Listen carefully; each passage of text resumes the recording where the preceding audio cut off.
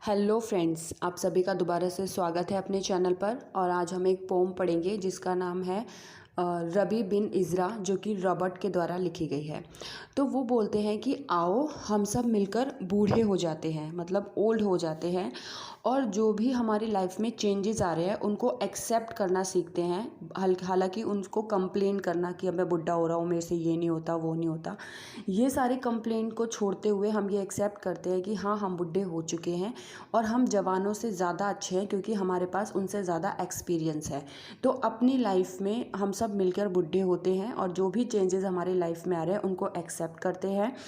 और फिर वो कंपेयर करते हैं जवानी को और बुढ़ापे को। तो वो बोलते हैं कि जवानी में ग्लो तो होता है, जोश भी होता है और ताकत भी होती है शरीर में, लेकिन लोगों के पास एक्सपीरियंस नहीं होता जिससे वो कोई भी काम सही से नहीं कर सकते। और बूढ़े लोगों के पास भले ही शक्ति ना हो या ग्लो ना हो, लेकिन उनके पास इतना एक्सपीरियंस होता है वो किसी भी चीज़ को देख के ही अनुमान लगा सकते हैं कि ये काम कैसे होगा या कैसे किया जाना चाहिए। तो उनके पास इतना ज़्यादा एक्सपीरियंस हो जाता है। फिर वो बोलते हैं कि जो जवान लोग होते हैं, जो उनकी आत्मा होती है, वो उनको हमेशा इनकरेज करती रहती है कि तुम्हें अपने सपनों को पाना है, तुम्हें ये करना है वो करना है, तुम्हें अपनी लाइफ में ये पाना है। लेकिन जब इंसान बुढ़ा हो जाता है तो उसको ये बात समझ में आ जाती है कि ये जो दुनिया है ये मतलब हमको अपनी तरफ खींचती है, बट रियल की ये दुनिया नहीं है, हमें किसी और ही दुनिया में जाना है। और हम ये समझ जाते हैं कि हमें डिज़ायर नहीं पालनी चाहिए बल्कि अपनी नीड पूरी करनी चाहिए, कि जिस चीज़ की हमको ज़रूरत है वही चीज़ हमारे पास हो या उससे थोड़ा बहुत एक्स्ट्रा। ये नहीं कि हमें रहने के लिए घर चाहिए, ठीक है, नॉर्मल एक घर हो तो भी चलेगा। ये नहीं कि हमें बंगला चाहिए, 10-10 बंगले चाहिए। अरे 10 बंगले में थोड़ी ना रहोगे। तो जब इंसान जवान होता है तो उसकी बहुत सारी डिज़ायर्स होती है, क्योंकि उसको इतनी समझ नहीं होती कि मुझे सिर्फ अपनी नीड पूरी करनी है। और उसके पीछे भागते भागते, वो अपने सपने के पीछे भागते भागते खुद को भूल जाता है, इस दुनिया को भूल जाता है, और जिसने उसको बनाया वो उसको भी भूल जाता है। तो जो बूढ़ा इंसान हो जाता है उसको ये सारा एक्सपीरियंस हो जाता है और वो ये समझ जाता है कि हमें सिर्फ अपनी नीड पूरी करनी है, दुनिया की डिज़ायर में नहीं भागना, और खुद थोड़ा सा टाइम निकाल कर खुद को पहचानना है, और जिसने ये दुनिया बनाई उसको याद करना है और नेचर से जुड़ना है। तो वो बताते हैं कि कुछ टाइम जवान जवान के जो लोग होते हैं वो अपने लिए बिल्कुल भी टाइम नहीं पाते, और हमें निकालना चाहिए ताकि हम अपने बारे में थोड़ा सा जानें। तो जो बूढ़े लोग होते हैं, जब उनके पास टाइम होता है तो वो अपनी कमियों को पहचानते हैं, अब इस नेचर को पहचानते हैं, और जहाँ उनको आफ्टर डेथ जहाँ उनको जाना है उस दुनिया के बारे में जानते हैं।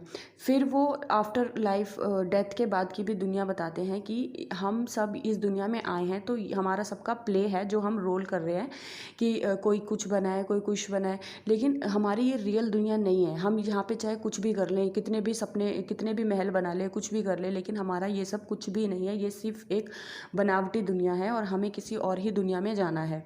तो वो बोलते हैं कि जब इंसान बुढ़ा हो जाता है तो वो ये समझ जाता है कि हमारी जो दुनिया है हमें वहीं पर जाना है और हमें उसके पीछे नहीं भागना।